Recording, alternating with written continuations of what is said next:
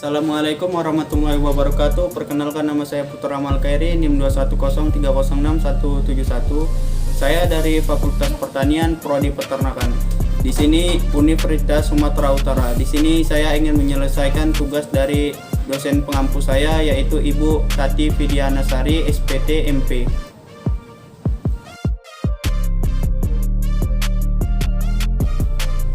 Hewan capra SP atau kambing adalah hewan pemakan tumbuhan yang mencerna makanannya sebanyak 2 kali, yaitu menelan bahan mentah, kemudian yang kedua yaitu mengeluarkan makanan yang setengah dicerna dari perutnya lalu mengunyahnya kembali. Sistematika capra SP atau kambing yaitu Kingdom Animalia, Superfilum Chordata, Filum Vertebrata, kelas Mamalia, Ordo Ariodatila, famili Bavioidae, genus Capra, spesies Capra sp. Selanjutnya kita masuk ke organon-organon pada traktus digestivus. Yang pertama yaitu Cavomoris atau rongga mulut, berfungsi sebagai tempat masuknya makanan dan dimulainya proses pencernaan. Rahang hewan ruminansia dapat bergerak menyamping untuk mengelilingi makanannya. Di dalam rongga mulut terdapat organ-organ pencernaan lain seperti gigi atau identis, terdiri dari gigi geraham, berguna untuk mengunyah makanan, mengalami perkembangan sehingga memiliki jumlah gigi yang banyak dan berukuran besar, serta digunakan untuk memotong makanan. Untuk promolar berjumlah 3 buah. Untuk molari geraham belakang berjumlah 3. Total gigi atas adalah 10 buah. Total gigi bawah adalah 10.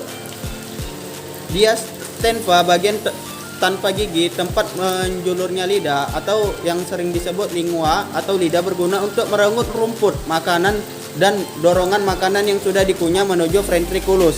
Selanjutnya itu salvia atau cairan khusus yang dihasilkan oleh kelenjar khusus pada kambing yang kemudian disalurkan ke dalam rongga mulut. Salvia berperan dalam proses pencernaan kimiawi. Selanjutnya kita masuk ke paring. Pada paring pangkal dari kerongkongan.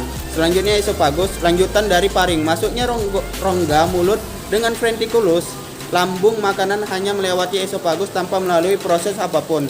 Hal ini terjadi karena kerongkongan ruminansia atau kambing umumnya sangat pendek, sekitar 5 cm, tapi mampu melebar untuk menyesuaikan ukurannya dan tekstur makanannya. Selanjutnya kita masuk ke yang keempat, yaitu ventriculus atau lambung. Setelah makanan masuk ke esophagus, selanjutnya masuk ke ventriculus. Proses pencernaan pada lambung menampung makanan sementara sebelum dikeluarkan kembali. Selain itu, lambung berfungsi dalam proses pembusukan makanan dan menghasilkan enzim selulase yang dapat mengurai selulase. Adapun lambung terbagi menjadi 4. Yang pertama yaitu rumen, retikulum, omasum, abomasum. Selanjutnya kita masuk ke proses perjalanan pakan. Pertama, rumput akan dikunyah di dalam cavum oris atau mulut. Kemudian dilanjutkan menuju esophagus untuk disalurkan ke lambung. Selanjutnya, esophagus, makanan menuju ke rumen.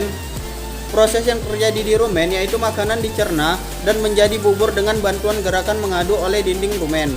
Pada saat kambing istirahat, pakan yang berada dalam rumen akan dikembalikan lagi ke mulut untuk dikunyah kembali di dalam rumen. Pakan akan dibentuk menjadi gumpalan yang masih kasar atau bolus. Bolus akan dimuntahkan kembali ke mulut. Proses regurgitas untuk dikunyah kembali atau disebut proses remestikasi. Kemudian bolus kembali atau proses redeglutasi. Selanjutnya bolus tersebut dicerna lagi, ditelan oleh enzim-enzim mikroba rumen dan namanya berubah menjadi digesta. Setelah itu makanan akan direniskan menuju retikulum. Pada retikulum, makanan difermentasi dengan bantuan bakteri anaerob dan protozoa. Terjadi proses absorpsi dan penyaringan benda asing yang masuk bersama makanan sehingga tidak masuk ke omasum. Nah, selanjutnya makanan dilanjutkan ke omasum. Pada omasum ini juga menghasilkan amonia, dan selanjutnya makanan dilanjutkan ke abomasum. Pada abomasum Makanan dicerna dengan bantuan enzim pencernaan pepsim yang dihasilkan oleh abomasum.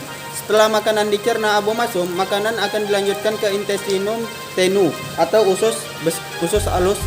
Usus halus pada kambing panjangnya kurang lebih 20-30 meter. Pada usus halus terjadi proses absorpsi dan fermentasi. Selain itu terjadi juga penyerapan sari-sari makanan. Dan pada akhirnya makanan akan dikeluarkan melalui anus.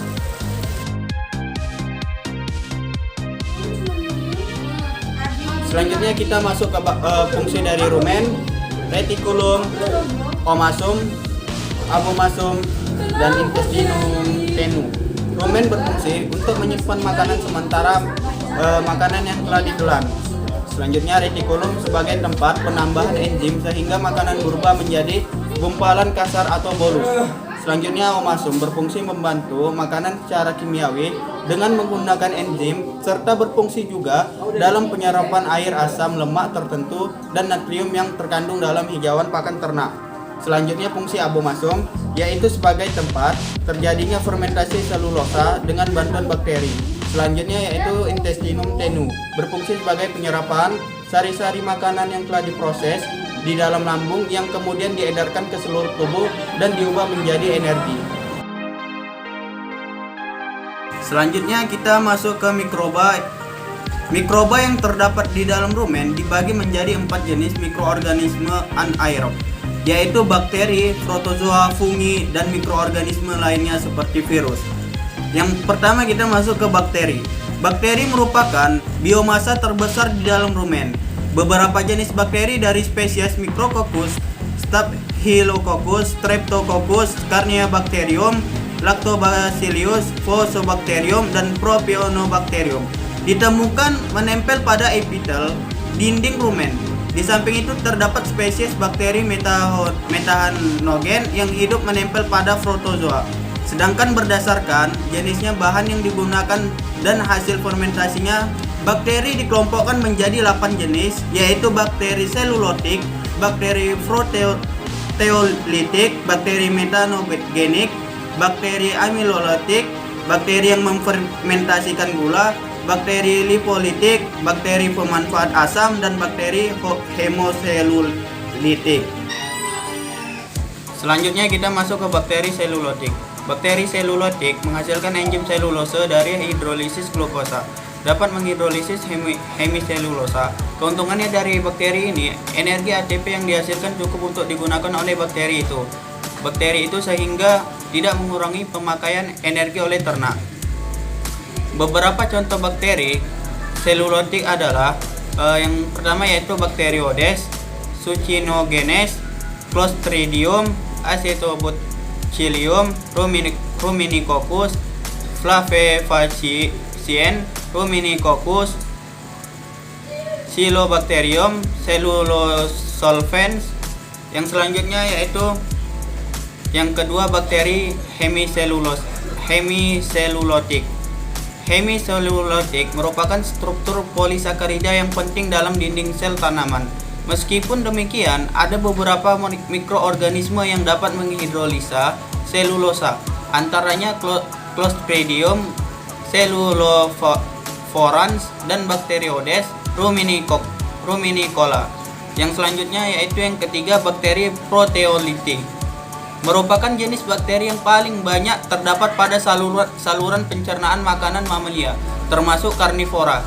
Beberapa contoh bakteri proteolitik antara lain Bacteroides, Amylophilus, Clostridium, Sporogenes, Bacillus licheniformis. Selanjutnya yang keempat kita masuk ke bakteri. Bakteri metanogenik. Sekitar 25% dari gas yang diproduksi di dalam rumen adalah gas metan. Bakteri pembentuk gas metan lambat pertumbuhannya. Contohnya bakteri ini antara lain Methanobacterium ruminantium dan Methanobacterium formicium. Selanjutnya masuk kita ke bagian yang kelima, yaitu bakteri lipolitik. Beberapa spesies bakteri menggunakan gliserol dan sedikit gula. Sementara itu beberapa spesies lainnya lainnya dapat menghidrolisa asam lemak tak jenuh, dan sebagian lagi dapat menetralisir asam lemak rantai panjang menjadi keton. Contoh bakteri lipolitik antara lain yaitu Anaerobio lipolitica dan Pseudomonas ruminantium var lactylitica. Selanjutnya kita masuk ke bagian yang keenam, yaitu bakteri pemakai asam atau acid utilizer bacteria. Beberapa jenis bakteri dalam rumen dapat menggunakan asam laktat. Meskipun jenis bakteri ini umumnya tidak terdapat dalam jumlah yang berarti. Beberapa spesies bakteri memakai asam laktat yang dapat dijumpai dalam jumlah yang banyak. Setelah ternak mendapatkan tambahan jumlah makanan, butiran maupun pati dengan tiba-tiba adalah Streptococcus bacterium, Propionibacterium, Pseudomonas lactylitica. Selanjutnya yaitu yang ketujuh, bakteri pemakai gula atau sugar utilizer bacteria.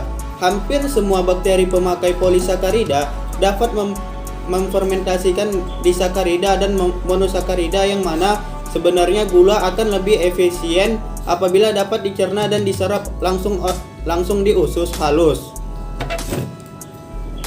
Selanjutnya yaitu bakteri ureolitik.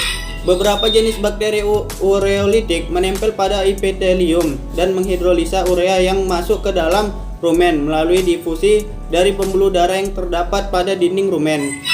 Salah satu contoh bakteri ureolitik ini misalnya adalah Streptococcus sp. Sebagian besar protozoa yang terdapat di dalam rumen adalah Ciliata, meskipun flagellata juga banyak dijumpai. Ciliata ini merupakan non-patogen dan anaerobik mikroorganisme. Ciliata rumen dapat dibedakan menjadi 3 ordo, yaitu yang pertama ordo Protomatida, yang kedua ordo Cricotomatida, yang ketiga yaitu ordo Entodinimohorpida.